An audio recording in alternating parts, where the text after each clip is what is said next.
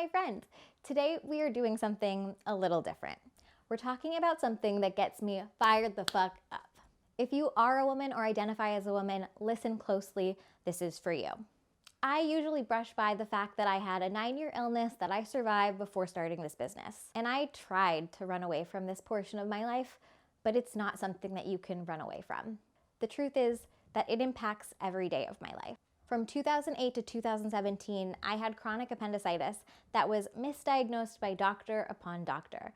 The lack of diagnosis was hard, as was the daily, sometimes debilitating pain. But what the main problem was the negligence and cruel phrases used by my doctors. The words, "it's stress," or "it's in your head," often echoing from doctor to doctor. One even laughed at me, though this is most certainly not a laughing matter. Sadly, I'm not alone. In one recent study, 91% of patients felt that the healthcare system discriminates against female patients. Half of those patients were also told that the pain was all in their head. A 2008 study of nearly 1,000 patients in an urban emergency room found that women waited an average of 16 minutes longer than men to get medication when reporting abdominal pain and were less likely to receive pain meds. Oh, and women of color are far more likely to be ignored or mistreated by physicians. 20 years of published research in the US found that African American patients reporting pain were 22% less likely than white patients to get pain medication from their doctors. This is a gross injustice to women. Not that we should be terribly surprised.